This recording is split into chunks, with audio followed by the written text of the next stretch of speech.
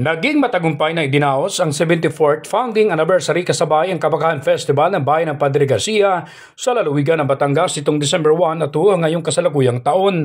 Bagamat simpleng selebrasyon pero naging makabuluhan ang naturang aktibidad dahil sinimulan nito ng pagkakaisang parada at pananalangin at samot-saring aktibidad sa unang araw hanggang sa ikalawang araw.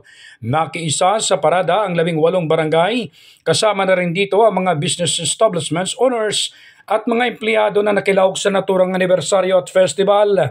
Kilala ang bayan ng Padre Garcia sa cattle trading capital of the Philippines na patuloy na lumalago ang kanilang ekonomiya at income ng bakahan na mula 100,000 lamang pero ngayon umabot na sa milyon na kita buwan-buwan.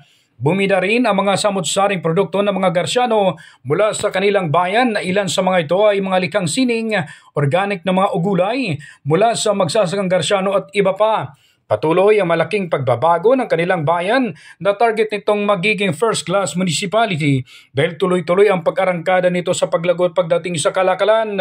Nagbigay din ng mensahe si Mayor Celsa Rivera na binati ang kanyang mga kababayan sa matagumpay na dekadang nakaraan na sa ngayon ay mas lalo pang umunlad ang kanilang lugar dahil sa mga proyektong tuloy-tuloy na nararamdaman ng kanyang mga nasasakupan. Ayon kay Rivera, malayo na ang narating ng kanilang bayan kung ikukumpara sa nakalipas na dekada dahil hanggang ngayon patuloy ang paglago ng ekonomiya lalo tigit ang pagdagsa ng mga investors sa kanilang lugar.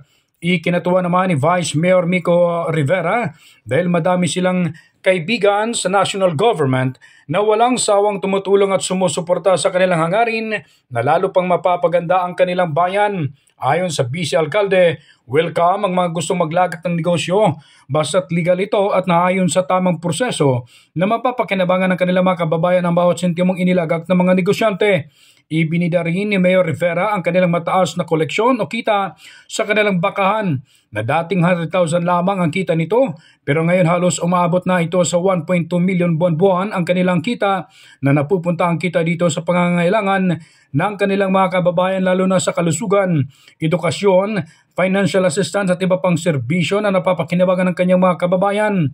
Bumida rin ang mga bihis kagandahan ng mga hayop na ipinarada sa kahabaan ng kalsada na nagsimula ang street dance competition sa naturang lugar. Tuduhato naman na nagpakitang gila sa mga street dancers sa kanilang talento. Ganon din ang mga magagandang mga awit at sa pagsapit ng huling gabi ng selebrasyon ay mas lalo pang pinasaya ang mga Garciano dahil sa tugtugan at rakrakan sa kantahan. Dagdag pa ng alkalde na abangan ang 75th founding anniversary sa susunod na taon dahil mas madami pang mga aktibidad at mga dadaling mga kilalang personalidad na magpapasaya ng mga Garciano.